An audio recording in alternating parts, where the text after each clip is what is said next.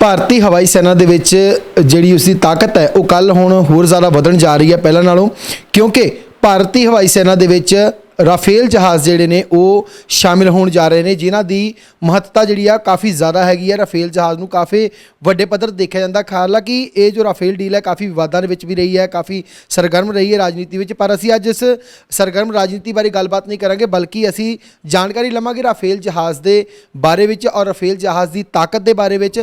ਔਰ ਇਸ ਬਾਰੇ ਗੱਲਬਾਤ ਕਰਨ ਦੇ ਲਈ, ਇਸ ਬਾਬਤ ਗੱਲਬਾਤ ਕਰਨ ਲਈ ਸਾਡੇ ਨਾਲ ਏਅਰ ਮਾਰਸ਼ਲ ਸਰਬਜੀਤ ਸਿੰਘ ਜੀ ਮੌਜੂਦ ਹੈਗੇ ਨੇ, ਸਰਬਜੀਤ ਸਿੰਘ ਹੋਠੀ ਜੀ ਮੌਜੂਦ ਨੇ, ਜਿਨ੍ਹਾਂ ਨੇ ਕਿ ਕਾਰਗਿਲ ਦੀ ਜੰਗ ਦੇ ਵਿੱਚ ਆਪਣਾ ਇੱਕ ਅਹਿਮ ਯੋਗਦਾਨ ਜਿਹੜਾ ਦਿੱਤਾ ਔਰ ਉਹਨਾਂ ਨੇ ਲੜਾਕੂ ਜਹਾਜ਼ ਉਸ ਸਮੇਂ ਦੇ ਜਿਹੜੇ ਆ ਉਸ ਨੂੰ ਉਡਾਇਆ ਔਰ ਉਸ ਸਮੇਂ ਦੇ ਵਿੱਚ ਜਿਹੜੀ ਇੱਕ ਅਹਿਮ ਭੂਮਿਕਾ ਨਿਭਾਈ ਉਹਨਾਂ ਨੇ। ਔਰ ਉਹਨਾਂ ਨਾਲ ਗੱਲਬਾਤ ਕਰਦੇ ਹਾਂ, ਉਹਨਾਂ ਕੋਲੋਂ ਜਾਣਦੇ ਹਾਂ। ਸਰ, ਤੁਹਾਡੇ ਕੋਲੋਂ ਜਾਣਨਾ ਚਾਹਾਂਗਾ, ਕਾਰਗਿਲ ਜੰਗ ਦੇ ਵਿੱਚ ਜਹਾਜ਼ ਉਸ ਸਮੇਂ ਵੀ ਸਨ, ਉਸ ਸਮੇਂ ਵੀ ਜਿਹੜੀ ਆ ਫਾਈਟ ਹੋਈ ਹੈ ਔਰ ਇਸ ਸਮੇਂ ਰਾਫੇਲ ਜਹਾਜ਼ ਜਿਹੜੇ ਆ ਉਹ ਭਾਰਤੀ ਸੈਨਾ ਦੇ ਵਿੱਚ ਸ਼ਾਮਿਲ ਹੋਣ ਜਾ ਰਹੇ ਨੇ। ਕਿਵੇਂ ਦੇਖਦੇ ਹੋ ਇਸ ਨੂੰ, ਕਿਵੇਂ ਇਸ ਦੀ ਤਾਕਤ ਨੂੰ ਜਿਹੜਾ ਆ ਉਹ ਰਾਫੇਲ ਜਹਾਜ਼ ਬਤਾਉਣਗੇ ਭਾਰਤੀ ਹਵਾਈ ਸੈਨਾ? ਜਗਜੀਤ ਜੀ, ਤੁਹਾਡਾ ਅੱਜ ਆਉਣਾ ਔਰ ਰਾਫੇਲ ਦੀ ਇੰਡਕਸ਼ਨ ਦੇ ਬਾਰੇ ਮੇਰੇ ਤੋਂ ਸਵਾਲ ਕਰਨਾ, ਤਾਂ ਮੇਰੀ ਤਾਂ ਸਿੱਧੀ ਸਟੋਰੀ ਸਾਰੀ ਮੇਰੀ ਸ਼ੁਰੂਆਤ 에ਅਰਫੋਰਸ ਦੇ ਇੰਡਕਸ਼ਨਸ ਦੇਖੇ ਆ, ਉਹਨਾਂ ਦਾ ਕੀ ਮੀਨਿੰਗ ਹੈਗਾ, ਇਹ ਤਾਂ ਮੈਂ ਇਸ ਇਨਫੋਰਮੇਸ਼ਨ ਦੇ ਨਾਲ ਬਬਲਿੰਗ ਹੈ, ਤੁਹਾਨੂੰ ਇਹ ਫੀਲਿੰਗ ਸ਼ੇਅਰ ਕਰਨਾ ਚਾਹੁੰਦਾ। ਬਹੁਤ ਬੜਾ ਦਿਨ ਹੈ ਇਹ, ਬਹੁਤ ਬੜਾ ਦਿਨ ਆਪਣੀ ਕੰਟਰੀ ਵਾਸਤੇ, 에ਅਰਫੋਰਸ ਵਾਸਤੇ, ਪਾਇਲਟਸ ਵਾਸਤੇ and to the nation is ਸਿੰਘ। ਬਲਕਿ ਇਹ ਬੜਾ ਦਿਨ ਹੈ ਸਾਡੇ ਨੇਬਰਸ ਕਰਕੇ, ਚਾਈਨਾ, ਪਾਕਿਸਤਾਨ, ਸਾਰਿਆਂ ਨੂੰ ਉਹਨਾਂ ਦੇ ਵੀ ਕੰਨ ਖੜੇ ਹੋ ਗਏ, because we are getting the next between the 4th 5th generation ਦਾ ਜਹਾਜ਼, ਨਵਾਂ ਜਹਾਜ਼ ਆ ਰਿਹਾ। ਸੋ ਨਵਾਂ ਜਹਾਜ਼ ਦਾ ਮਤਲਬ ਕੀ ਹੈ?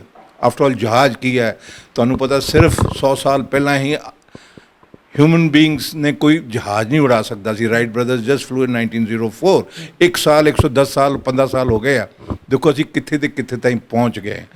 ਹੁਣ ਜਿਹੜੇ ਜਹਾਜ਼ 50 ਸੀ, 60 ਸੀ, 70s, ਹੁਣ ਜਿਹਨੂੰ ਕਹਿੰਦੇ ਨੈਕਸਟ ਜਨਰੇਸ਼ਨ ਜਹਾਜ਼ ਦਾ ਕੀ ਮਤਲਬ ਹੈ? ਬੇਸਿਕਲੀ ਜਹਾਜ਼ ਉੜਦਾ ਹੈਗਾ, ਠੀਕ ਹੈ, ਉਹਦਾ ਦੀਆਂ ਸਾਡੀਆਂ ਸਪੀਡਾਂ ਵੱਧ ਗਈਆਂ, ਉਹਨਾਂ ਦੀ ਮਨੂਵਰੇਬਿਲਿਟੀ ਵੱਧ ਗਈ, ਬਟ ਆਖਿਰ ਤੇ ਜਹਾਜ਼ ਨੇ, ਫਾਈਟਰ ਜਹਾਜ਼ ਨੇ ਕਰਨਾ ਕੀ ਹੈ?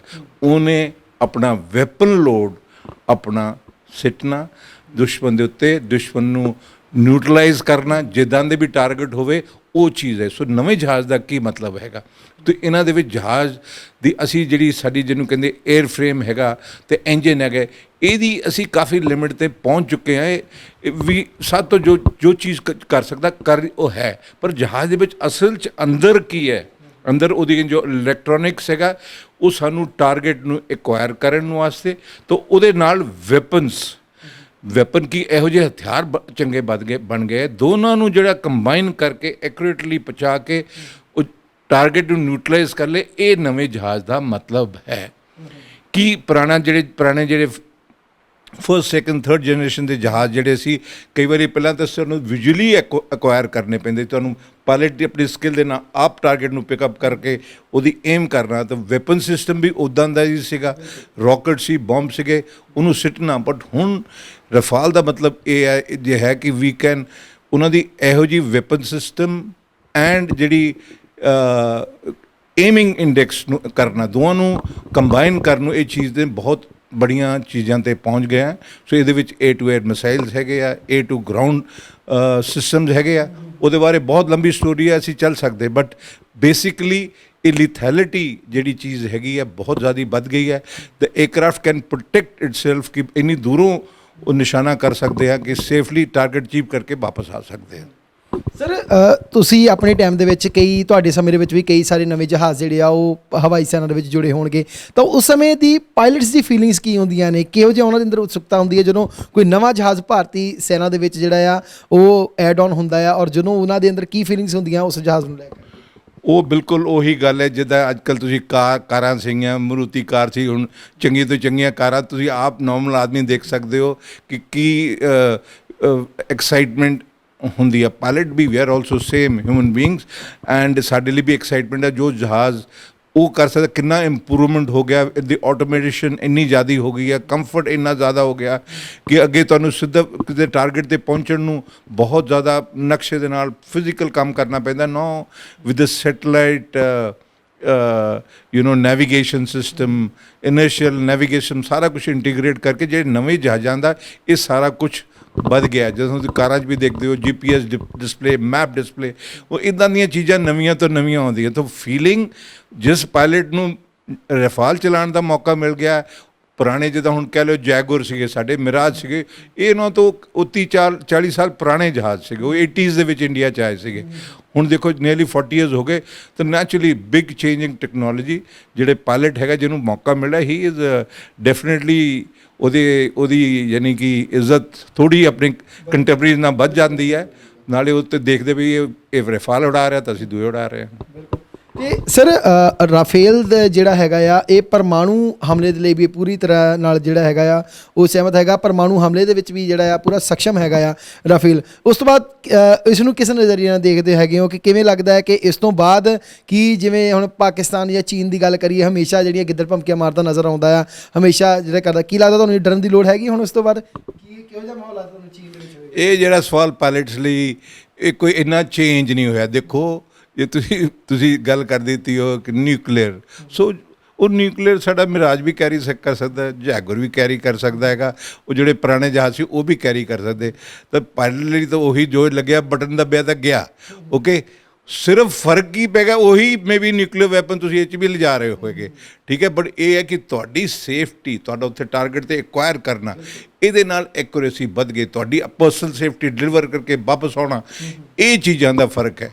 ਪਾਇਲਟ ਨੇ ਤਾਂ ਆਪਣਾ ਏਮਿੰਗ, ਸਾਡਾ ਕੀ ਐਮ ਹੈ, ਪਹੁੰਚ ਕੇ ਨਿਸ਼ਾਨਾ ਕਰਨਾ, ਬਟਨ ਦੱਬਣਾ ਥੱਲੇ। ਜੋ ਬਾਕੀ ਅੱਜ ਕੱਲ੍ਹ ਤਾਂ ਇੰਨੇ ਸਮਾਰਟ ਵੈਪਨ ਜਿਹਨੂੰ ਕਹਿੰਦੇ, ਉਹਨੇ ਆਪਣਾ, ਤੁਸੀਂ ਉਹ ਤੁਹਾਡਾ ਕੰਮ ਕਰਕੇ ਖਤਮ, ਵਾਪਸ। ਬਾਕੀ ਤਾਂ ਇਹੀ ਮਾਡਰਨ ਵੈਪਨ ਸਿਸਟਮ ਉਹ ਆਪਣੇ ਆਪ ਟੇਕ ਓਵਰ ਕਰਕੇ ਗਾਈਡ ਕਰਦੇ ਹੈਗੇ ਆ।